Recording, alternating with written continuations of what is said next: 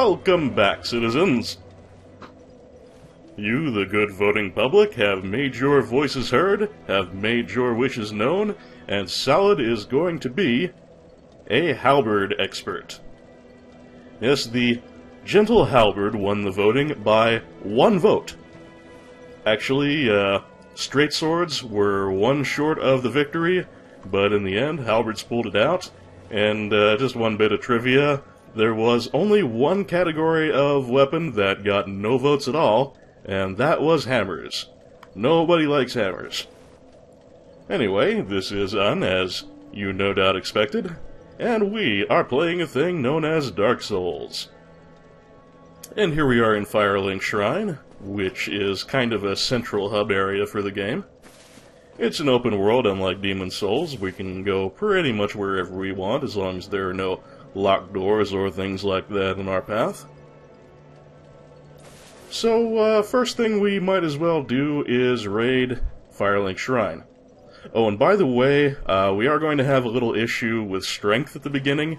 I could go get a halberd right now, but I would not be strong enough to wield it. So what I'm going to do is use a spear until I'm strong enough for the halberd. The spear is kind of a halberd junior, just without the axe head. So as you know, as we saw with the corpse at the beginning of the game, you will see this little floating spirit-looking thing when there's something to be collected. So let's see what this fella on the well has for us. Ah, humanity. Very important to any undead, and we will be going into the mechanics of humanity as they become relevant. For the moment, it's just good to know we have some to spare.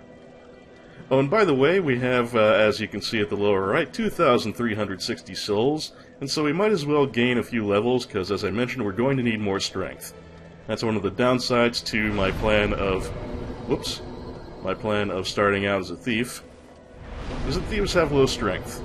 And we're going to need 14 for a decent halberd, and 16 to use the shield I'll eventually want. So I'm going to level up my strength until it hits 16, and then I'll probably stop. So it appears we have enough experience to gain 2 levels. If I try to gain 3, we go into the red zone there.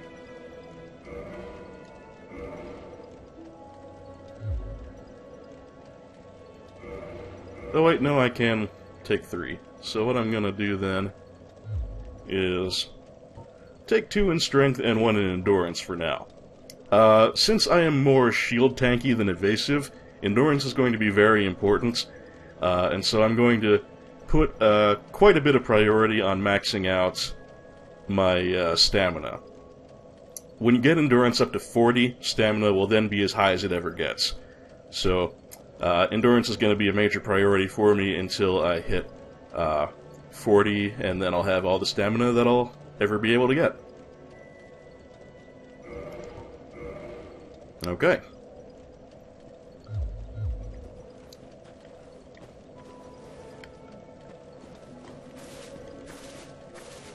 And as I've mentioned before, these red messages are ones that other players online have left. I appreciate the good luck, but I don't know what he's talking about holding with both hands. Projectile ahead, that is true. There's a guy up there with fire bombs, but we'll deal with him in good time. First thing we want to do is get some more treasure. Basically raid Firelink Shrine for everything we can, because most of Firelink Shrine is quite safe. Not a whole lot to worry about here, except in one area of it, which we will see soon enough. And speak of the devil, I was just talking about a fellow with firebombs, and there was a dead fellow with firebombs. Firebombs do exactly what you'd expect. They are a projectile, they do flame damage. They're a consumable projectile. And as the helpful system message just told us, you can use the select button to do a gesture, like I did to wave at you at the beginning of the game. Or rather, at the beginning of this episode.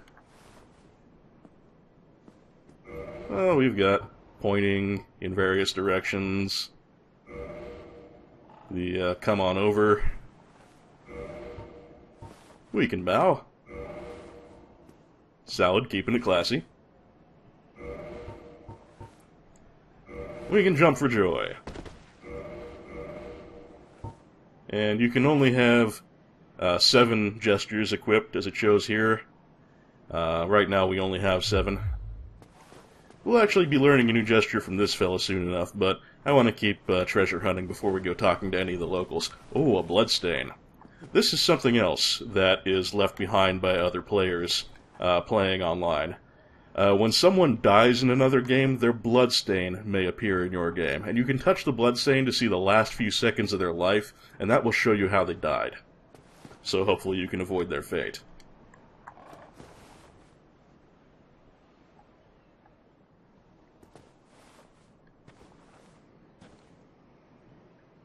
Well, he had picked a fight with something.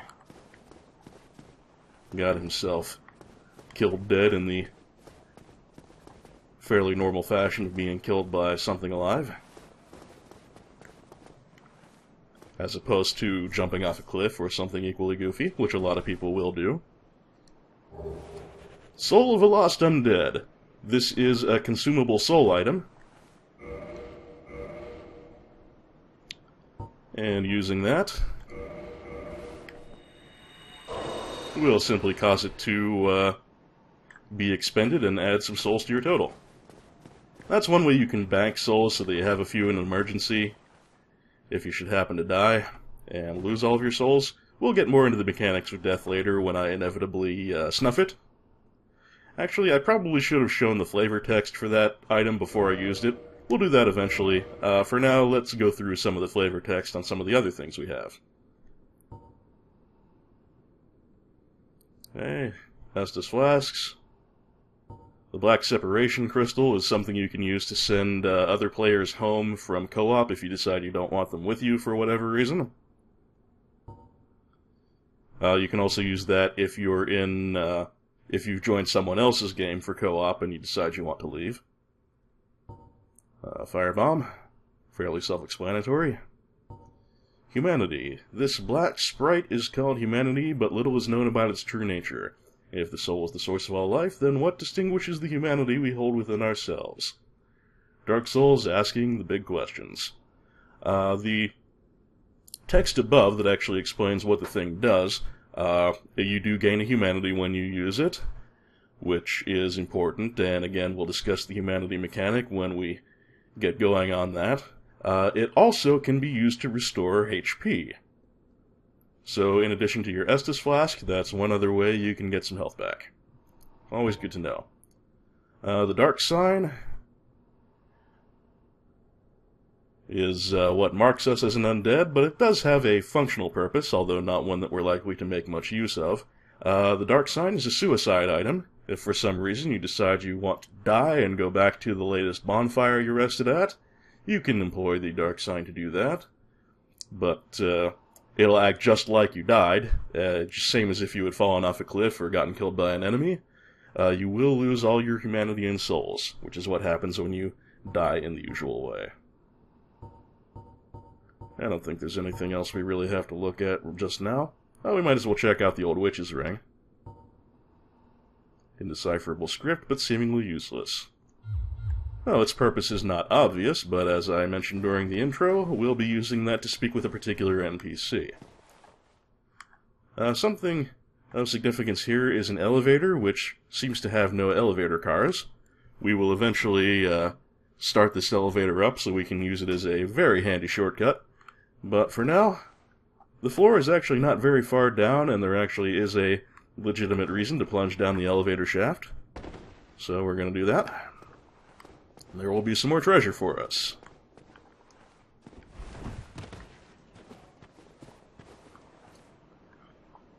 Treasure chests.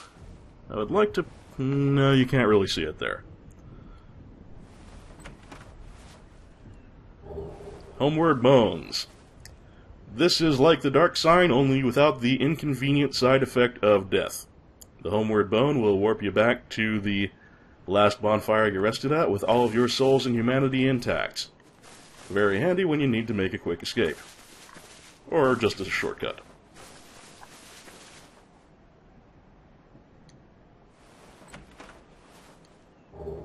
Cracked red-eye orbs. These are what you use to invade other players for PvP. And there's a chain attached to the chest, and the chain is actually important, but it's really hard to see against the grass texture, so we'll get into that later. Okay, we've got a Morning Star and a Talisman. Morning Star is a hammer-type weapon, pretty basic, and the Talisman is an item for casting miracles, which is the cleric type of spell. So we can now cast miracles if in fact we knew any, and if we had the faith to cast them. Our faith score is not very good, but at least we have the item.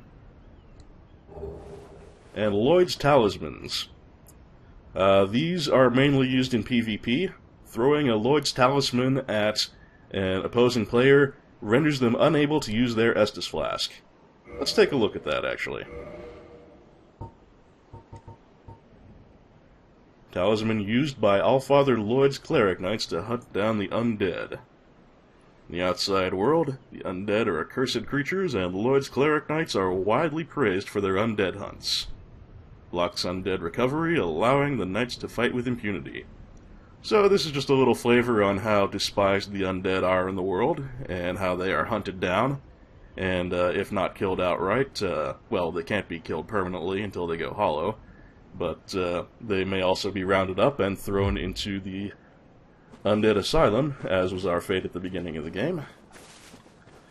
But as we demonstrated, ain't no chain can hold Salad.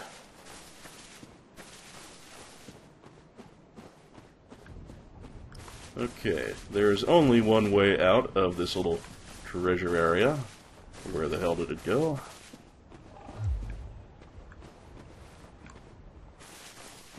Ah yes, here's the little cleft I was looking for.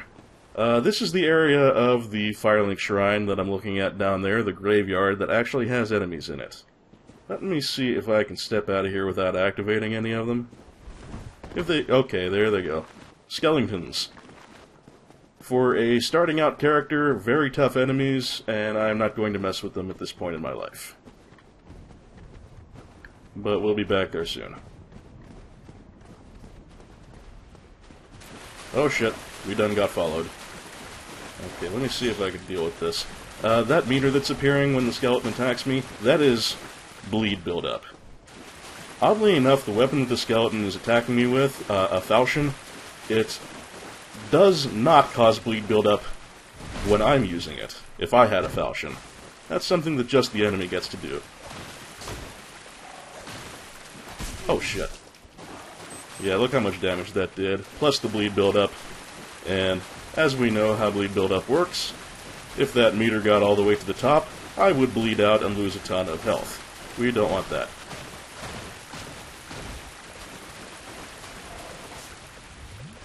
We'll have a little chug of the Sunny D there. We're actually doing okay against a lone skeleton.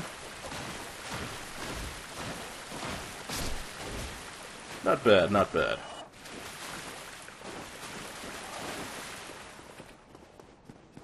Let's get back to the business of plundering Firelink Shrine.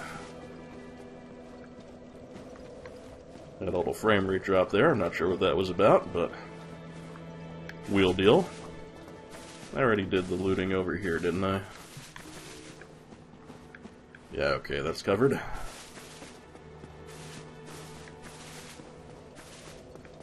Around the tree here we have a stairwell.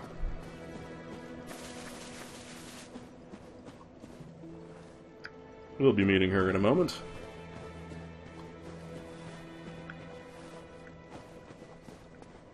Alright, I think that's pretty much everything I need to grab for the moment, so let's start meeting some of the locals.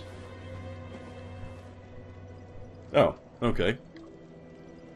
Well, this is a firekeeper here. She has had her tongue cut out, and so we can't talk.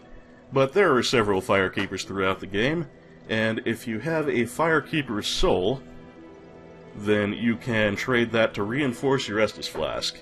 And what that does, it doesn't give you any more charges in your Estus Flask, but it makes it more potent, so that each charge will restore more health. I apologize, folks, if the commentary is a little dry at this stage of the game. there's a lot to be explained, and I just want to make sure any total newcomers to the Souls series, oh, there went a ghost. Sometimes little transparent ghosts of other players will briefly appear in your game. Just something for atmosphere and another side effect of the online system. Well, what do we have here? You must be a new arrival. Let me guess. Fate of the undead, right? Well, you're not the first. But there's no salvation here. You'd have done better to rot in the undead asylum. But too late now. Well, since you're here, let me help you out. There are, actually, 2 bells of awakening. One's up above in the Undead Church. The other is far, far below, in the ruins at the base of Blight Town. Ring them both, and something happens. Brilliant, right? Not much to go on, but I have a feeling that won't stop you. So, off you go. It is why you came, isn't it? To this accursed land of the undead? This fella is known as the Crestfallen Warrior. He has no other name that is ever revealed in the game or in any of the supplementary materials. He is a bit of a misery guts, but he does have some useful information. For example, that the 2 Bells of Awakening are located in the Undead Church and down below in Blight Town. So that gives us something to go on in the beginning. Ringing those 2 Bells of Awakening is going to be our first sort of macro quest. And he's got some more things to say. Ah, your face. You're practically hollow. But who knows? Going hollow could solve quite a bit. Yep. Sometimes the NPCs will react to whether you are currently mostly human or if you're badly hollowed out. Since we are not revived to human, and we are in a rather hollow state, well, he comments upon that. And, yep, going hollow probably would solve quite a bit. It would certainly make life less complicated, but Salad is not one to go gentle into that good night. She is gonna figure this shit out or die trying. And after all, if we're pilgrims, if we're a pilgrim from the Undead Asylum, then supposedly we're the chosen undead, right? So it falls to us to put this shit right. To seek an end to the curse. What? Restoring your humanity? Well, there are a few ways to go about it. Collect it bit by bit from corpses. Or you can butter up a cleric and get yourself summoned.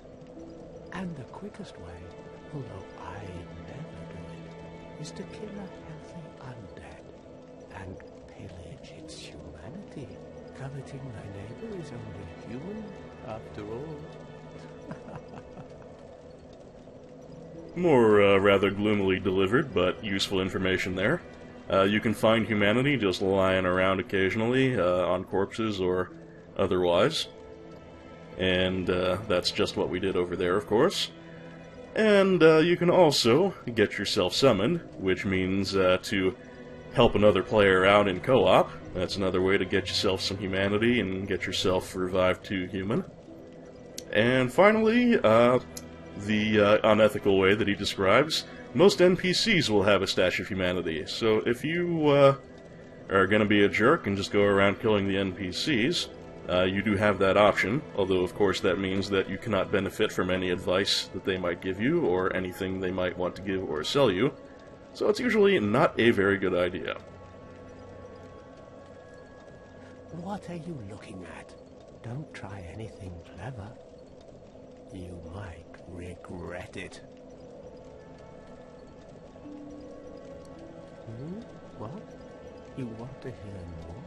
Oh, that's all we need. Another inquisitive soul. Well, listen carefully then. One of the bells is up above in the Undead Church, but the lift is broken. You'll have to climb the stairs up the ruins and access the Undead Burg through the waterway. The other bell is back down below the Undead Burg, within the plague-infested Blight Town. But I'd die again before I step foot in that cesspool. Well, Blighttown sure sounds like a lovely place, as if the name didn't give that away. But more information for us. That does explain the elevator that we saw over yonder. The elevator, as he reminded us, and as we saw for ourselves, is currently out of commission, but when we get that running again, that'll be a shortcut between here and the Undead Church. But until we do that, we'll have to get there the hard way. Bloody hell, what is it now? You ask too many questions. What now? I'm not up for chatting. Leave me alone. Okay. When you've exhausted an NPC's dialogue, as in so many other RPG-type games, they will begin repeating themselves. So that's enough out of him. Let's have a chat with this fella. Hello there. I believe we are not acquainted. I am Petrus of Firelink. Have you business with us? If not, I prefer to keep a distance, if possible. Well, I question your choice of haircut there, Petrus, but you do have a very nice morning star. Hello there.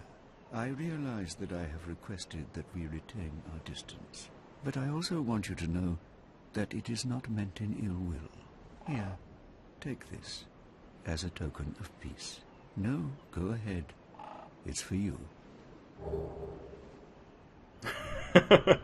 So basically we've just been handed a shiny penny and told to piss off. Oh my, you again. Oh, I know. How about this? I have to await my companions here anyway. So what if I were to teach you some miracles? Would that please you? As a matter of fact, it would. Very well. Then first, a covenant with the gods. Okay, and Petrus here, our new friend, introduces us to yet another game mechanic, that being covenants. There are several of them, I don't remember the exact number, but you can only belong to one at a time, and they do have some requirements, so if you do certain prohibited things, you'll abandon your covenant. But they also have each their own benefits. And they also have certain ways that you can level up within the covenant and increase your reputation in it, which also comes with additional benefits. We don't have a covenant now, so we might as well get our first.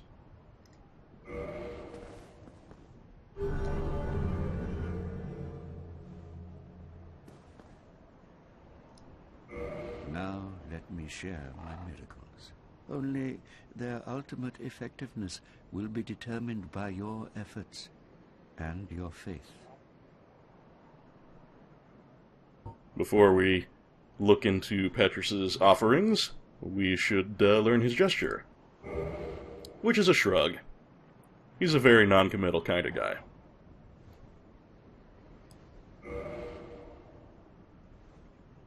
And you can come back to Petrus later if you want to enter the Covenant, but we just joined it, so we don't need to do that. But if you join another Covenant later, or just abandon this one altogether, this is the guy to come back to rejoin the Covenant, which is the Way of White. I'll talk a little more about the Way of White in a moment. And Petrus sells a few items. There's a talisman, which we just found one of, that is the base miracle casting item.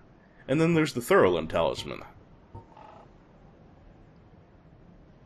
And it says there that its miracle adjustment is not dependent on faith. So this miracle, or not this miracle, this talisman, it is a really good one for characters with low faith. After a certain point, as your faith increases, the Firelink talisman has diminishing returns, so it's It's better than the base talisman for low faith characters, but for high faith characters you don't get as much of a benefit from it. And that's just affecting how potent the miracles are when you cast. A little confusing now perhaps, but we can get into more of that later when we start fooling around with magic. He's got some miracles to offer. We can't afford any of them now, but there they are. There's Homeward, which works just like a Homeward Bone. Force, which sends out a Force Blast that doesn't do any damage, but can knock things around. Seek Guidance, which causes more messages from other players to appear. Heal, which does what it says on the tin. And Great Heal Excerpt, which is a spell with a low number of castings compared to the regular heal, but restores a lot more HP. And we'll see what else Petrus has to say to us. My companions are Milady and her young knights. She is young, but burdened by an undead mission. We are her defenses, to keep her from harm. An undead mission? Regrettably, I cannot share that with you. But you are my pupil. Perhaps if you show your faith.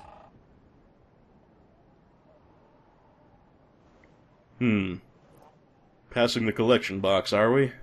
Well, I'd love to, but I don't happen to have 800 souls immediately on hand. Let's see if we can fool him anyway. Nope. An undead regret, but I'm afraid that may be difficult, for our missions are sacred.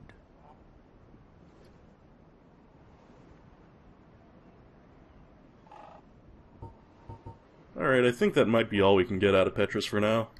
I'm afraid that may be difficult. Okay. Come again. The effectiveness of the teachings depend upon your faith. Alright, so let's take a look at that covenant we just joined.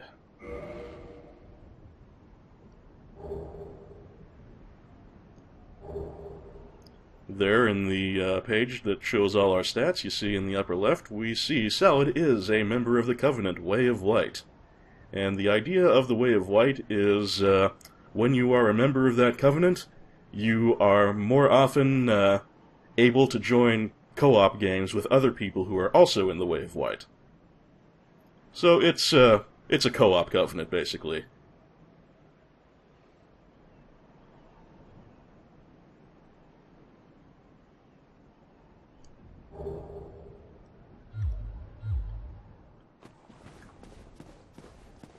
And I'm willing to do some multiplayer if I have the opportunity, so we will look into that more when it becomes relevant. For the moment, what I'm going to do is take another dash into the graveyard, which may be a suicide run, because in the process I am bound to activate quite a few of the skeletons,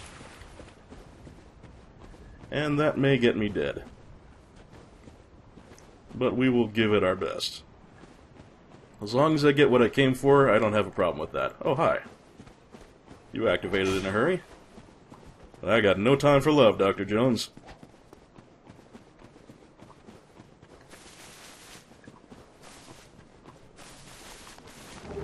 Wanged Spur. That's what I came for. This is a favorite bread and butter weapon. Oh my shit! You just kicked the crap out of me. I've got to go now. My planet needs me. Oh, look at the crow. Was that the one we came in on? Yes, as a matter of fact it is.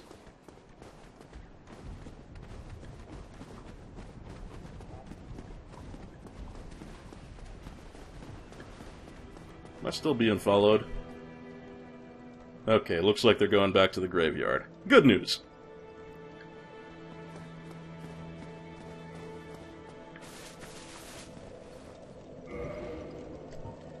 So if Salad was going to be a spear specialist, I would be making quite a bit of use of the Wanged Spur. It's a pretty good one. As I mentioned, it was a favorite bread and butter weapon of mine during my initial non-I Played a Thing run. And we're going to need 13 strength to use that, so I'm not going to use that right away after all. But while we're here, let's look at a few of the things that are listed in the weapon stats. We've talked about weapon durability, we've talked a bit about weight and how that slows your roll, literally, if you have too much equipped on your person. Where it says Rec Param in the lower middle, that's required parameters. The first icon is strength, then dexterity, then intelligence, and finally faith. So, fittingly enough, a standard spear doesn't require any particular intelligence or piety to wield, but it requires 13 strength, which we don't have, that's why it's in red, and 15 dexterity, which we do. That's exactly how much we have. If you try to equip a weapon without the required parameters, you can use it, but very, very badly. Badly enough that you won't want to try. And one other thing that's very important about the weapon screen here is the param bonus, just to the left of the required parameters. That is what is often referred to in short as the weapon scaling. You can see it has an E scaling in strength, a C scaling in dexterity, and no scaling in intelligence or faith. And that is how much bonus you will get to your damage from your stats. So we would get a respectable bonus from our dexterity on this weapon, and a very minor one in strength. So this is primarily a dexterity character's weapon. You get a little bonus from strength, but it's your dexterity that's really going to help out your damage here.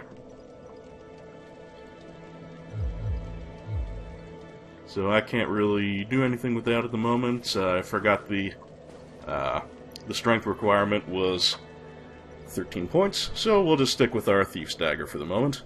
Oh, and by the way, you can use a weapon two-handed with half of its strength requirement. So if I two-handed that, we would only need half of that 13. I can't remember if that rounds up or down, but in any case, then I would have to give up my shield, and fuck that noise. I'm just not good enough at this game for that. So we got hurt a little by being kicked in the face by a giant skeleton, so let's restore that back and get our Estus Flask refilled. And it looks like I've been playing for about half an hour, but I haven't really done anything but go exploring and do a little raid on the graveyard. And we want to get a little proper gameplay in before we retire for today. So I'm just going to see if I can get myself to the next bonfire, and we will pick up again sooner than later. Because next time we won't have to wait a week for vote results to come in. So going up this way is that way that we were told about that leads through the Undead Burg to the Undead Church. So this is the way we need to go. But first we're going to have some enemies.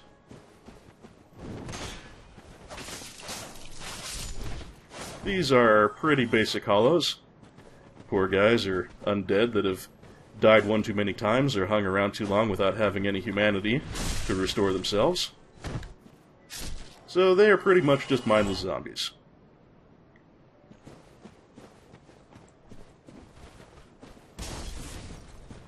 This fellow with a proper shield is a little more dangerous, but we can handle him readily as well. In the very early game, there's not much that can hold up to a backstab.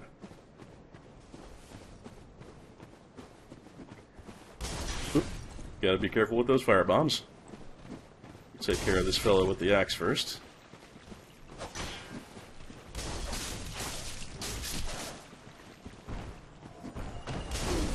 Ow.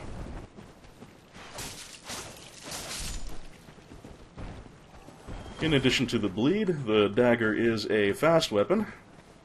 Requires a little stamina. So we can kind of rush these guys down, kill them in a hurry. Not bad at all.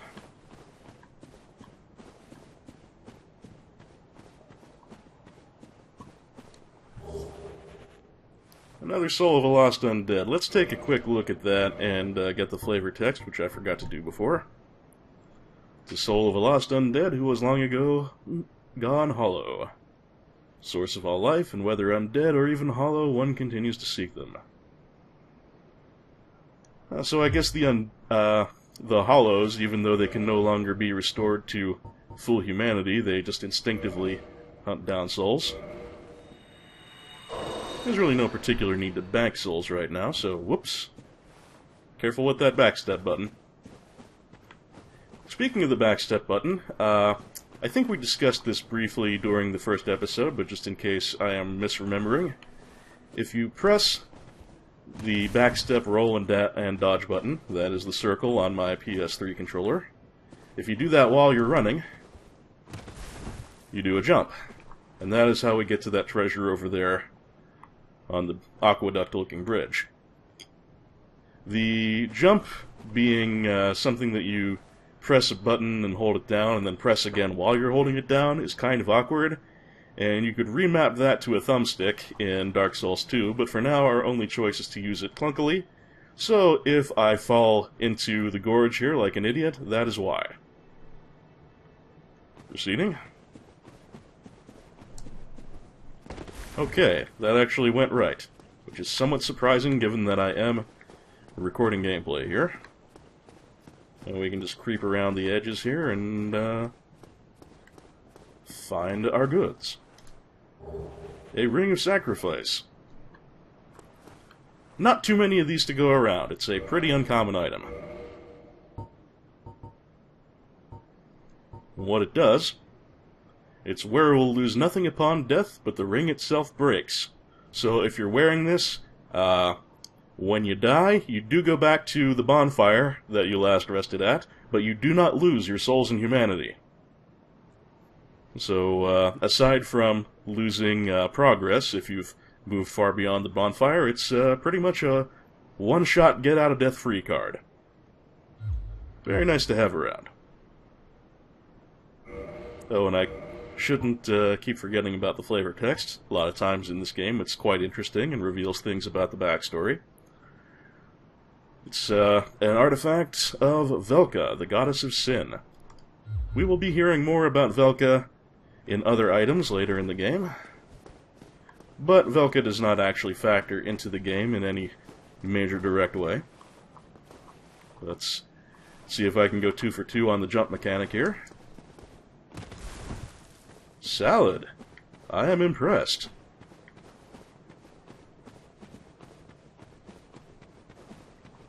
Now, up we go. This is probably a bloodstain of someone doing a header into the depths. Nope, actually killed by the enemies here.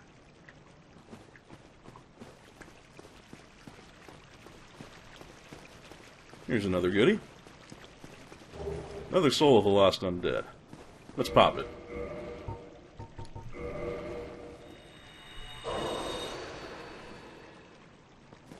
Proceeding through this door, we're going to encounter a rat. Rats can have one of two... Oop. Okay, he's trying to poison me, so I will take care of my explanation in a moment. That's better. Rats can have one of two kinds of AI in this game. There are rats that will initially try to run away, but will attack if cornered. This guy usually is the runaway type, so I can only guess he immediately felt cornered. Whatever the case, minor enemies, their big deal is that they can poison you. Fortunately, our poison build-up bar didn't get all the way to the top there. The other notable thing about rats is they are one of few enemies that can actually drop humanity. So if you're very patient, you can keep running back and forth to the bonfire to resurrect this rat and hope to get some humanity drops from it, but why would you do that? Another corpse with a soul.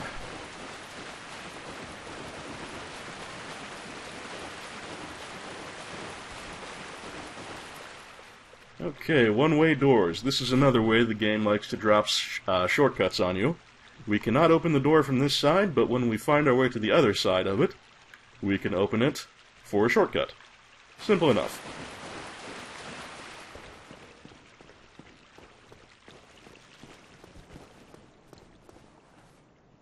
Good luck. Thanks.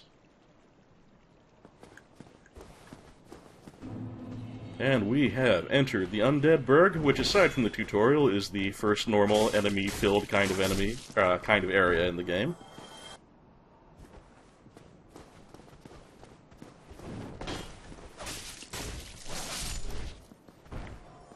The enemies here are mostly hollows. Nothing too difficult to deal with. Right off the bat, let's find ourselves a bit of treasure here. Large soul of a lost undead. Same basic kind of item, but gives us some more souls. I'll use that a little bit later. I think someone's trying to... Yep, someone's throwing firebombs, but we'll deal with him all in good time.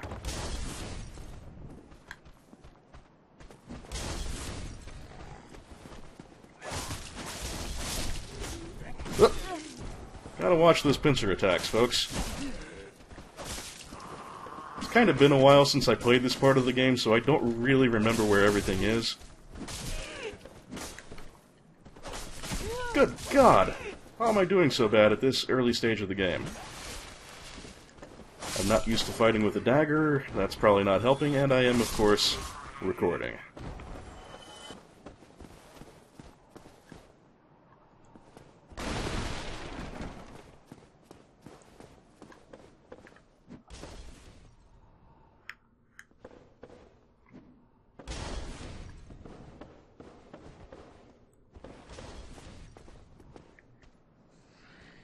Don't think I don't see you.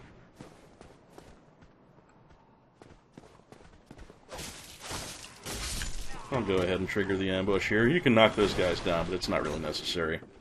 And yes, I do have a bad habit of leaving my shield up too much.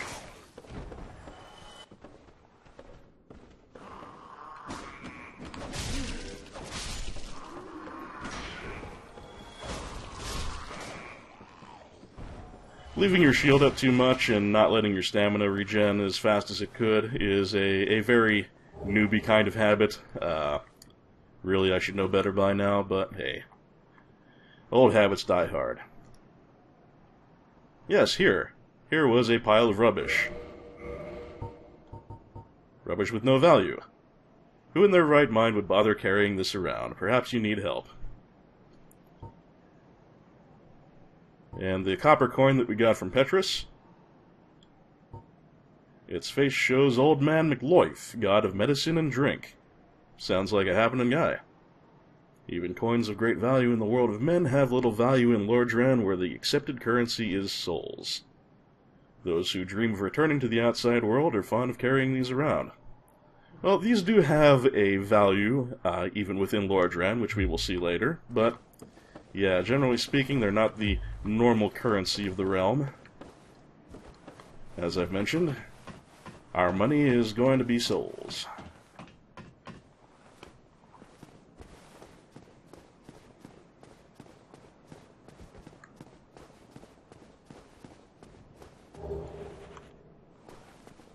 We can always use more humanity.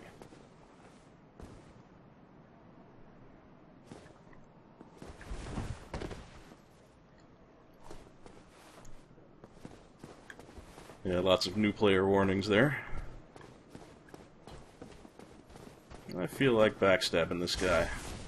Oops. Forgot about his buddy. Hey, firebombs are not supposed to be a point-blank weapon.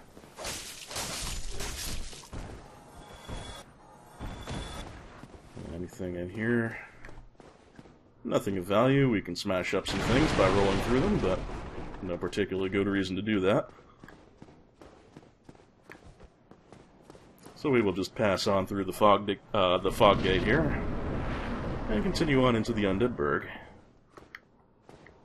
I know this video is running kind of long, but I do want to get to the next bonfire, maybe gain a few levels.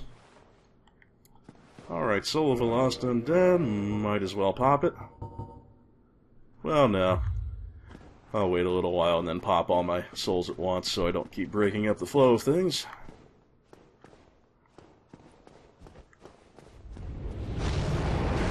Holy shit.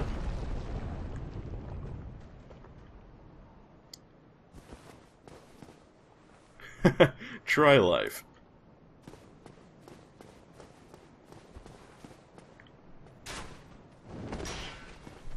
You might have seen something whistle by my head right there. There is a jerk up on the wall with the crossbow. So we'll want to have a bit of caution here, like I just didn't.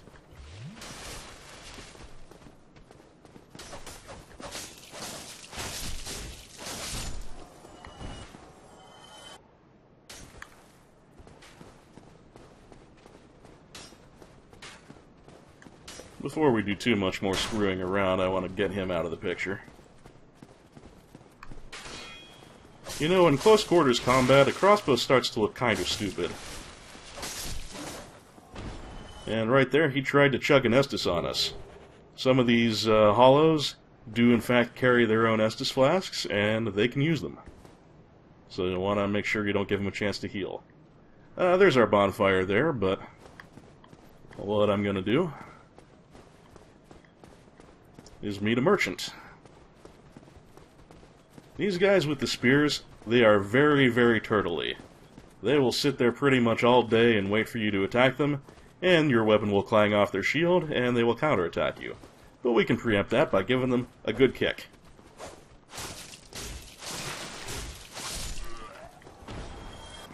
As I mentioned in the first video, the kick is the main guard-breaking move in the original Dark Souls. So it can swat shields aside just like so.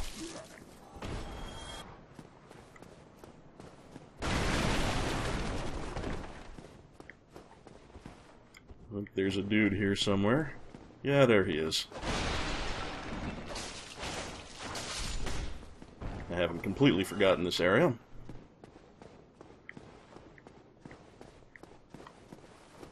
Got an NPC here.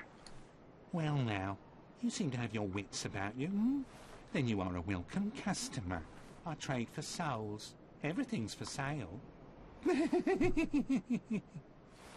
Well, judging by those red eyes and the skeletal appearance, I would say this fella is pretty badly hollowed, but he too seems to have his wits about him, so he hasn't hollowed all the way yet. I do hope he gets his hands on some humanity soon, though. Things are getting treacherous in these parts.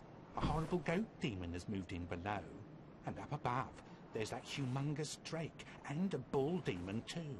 If you stick around this place, it might end up being your grave. Well, that sucks. I'm sure we won't be getting through the game without dealing with a few of those. Yeah, I'm not here to chit-chat. We talk business, or we talk nothing at all. Oh, come on. Yeah, I'm not here to... We talk... Oh, alright. And he's got some basic consumables. Repair powder, which restores a weapon's durability. Throwing knives, fire bombs, Lloyd's talismans, we've gone over those. Orange guidance soapstones. With those we can write those orange messages we see on the ground. And we can also rate other players' messages. This is a good thing to have. I'll grab one of them. The residence key. We are going to need that. So I'm going to grab it now while I have the money. The repair box and bottomless box are also items that are very good to have, very important, but we don't have the dough at the moment. We got some basic weapons here.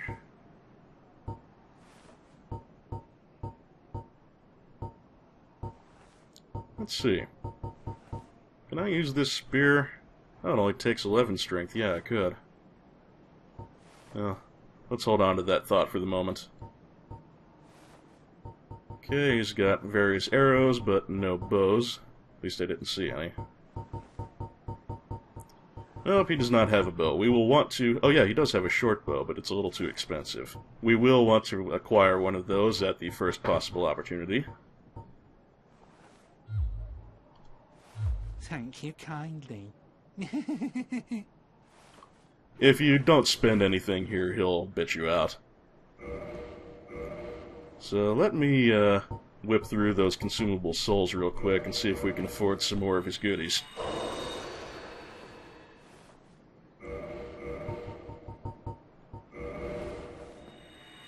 And yes, I know I could equip those souls to my equip bar and use them a little faster, but can't be arsed.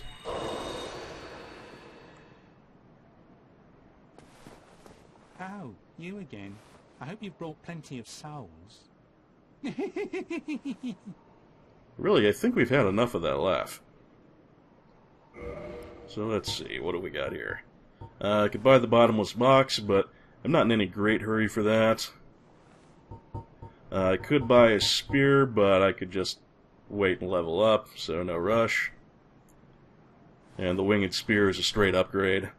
There's nothing about the regular spear that's better, except it's slightly lighter, I think. I think getting a bow here would be a real good idea. I'm sure we'll be using that sooner than later. And what's a bow without some arrows?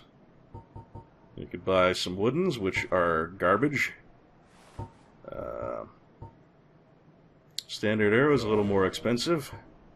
We could afford as many as 76 of them, but we don't need that many. I'll just grab 20 for now. Alright, very good. Yeah, I'm not here to check. We talk. Alright, fair enough. I thought maybe he'd be a little more talkative after we spent some money, but no joy. Oh, thank you very much. Come back soon. Anytime, buckaroo.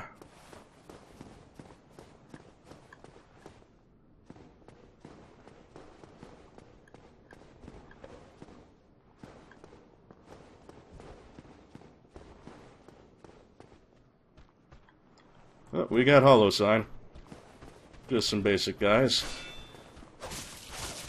No great danger.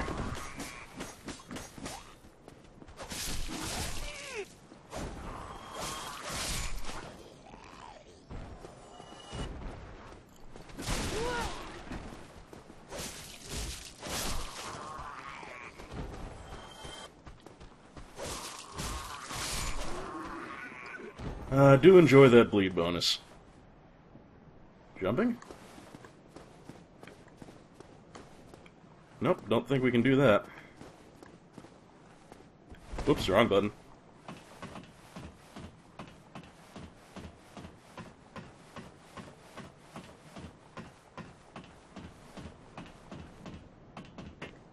But we can find yet another goodie. Some free throwing knives. My favorite kind.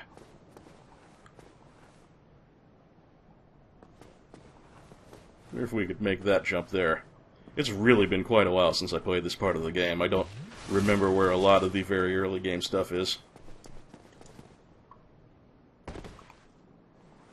Well, that might have worked if I hadn't borked the jump control. Again, something that happens very easily in Dark Souls 1. Maybe we can do it from here, even. Sigh. One more try just to say we did. Ah. Alright, I ain't worrying about it.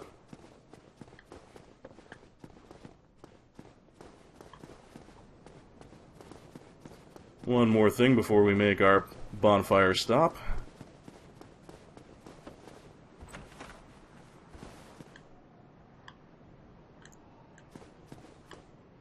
A little bit more treasure. Wooden shield. Let's compare that to our current one. Hey, we do get a little more damage reduction from that. That'll block 93% of physical damage, which is definitely an improvement. It's lighter, it's more durable, it's better at pretty much everything except guarding against fire. So yeah, let's hang on to that for the time being. Very sharp.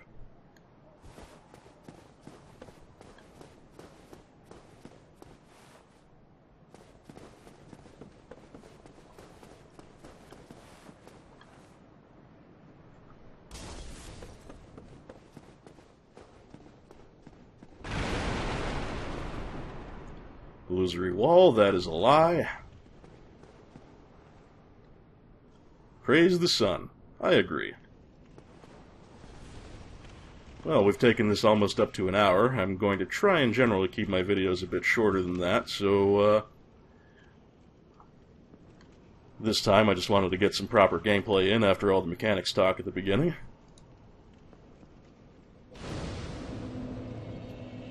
But there is one more thing that I can explain. At a normal bonfire,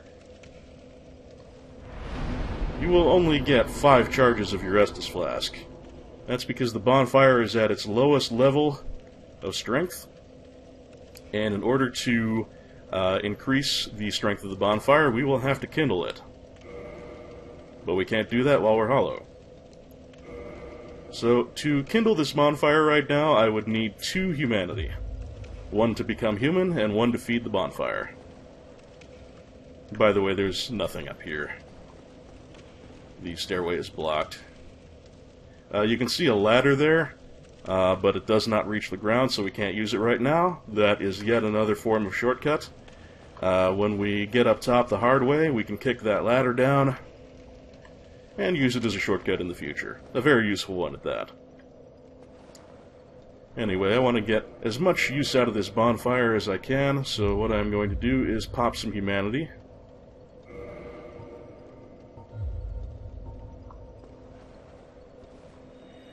You see, each time I use a humanity, I would be getting health back if I were missing any, but I'm not right now. And the number next to my health goes up.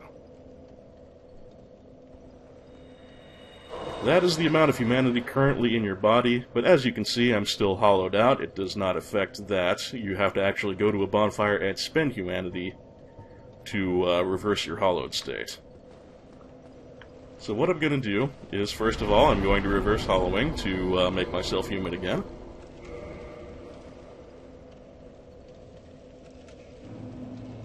Humanity restored. And then I'm going to kindle, which offers humanity to the flame. As you can see, the bonfire gets a little more intense, burns a little brighter, and we now get 10 Estus Flask from it, rather than just 5. However, I am also now human, which means the multiplayer stuff kicks in, so there is a pretty good chance I will be invaded. I don't have enough to level up, do I? No.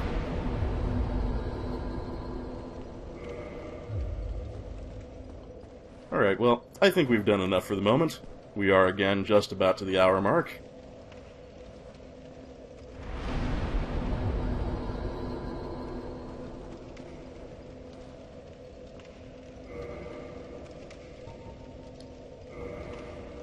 Take care, all. This has been Un, and I thank you, as always, for watching. See you soon.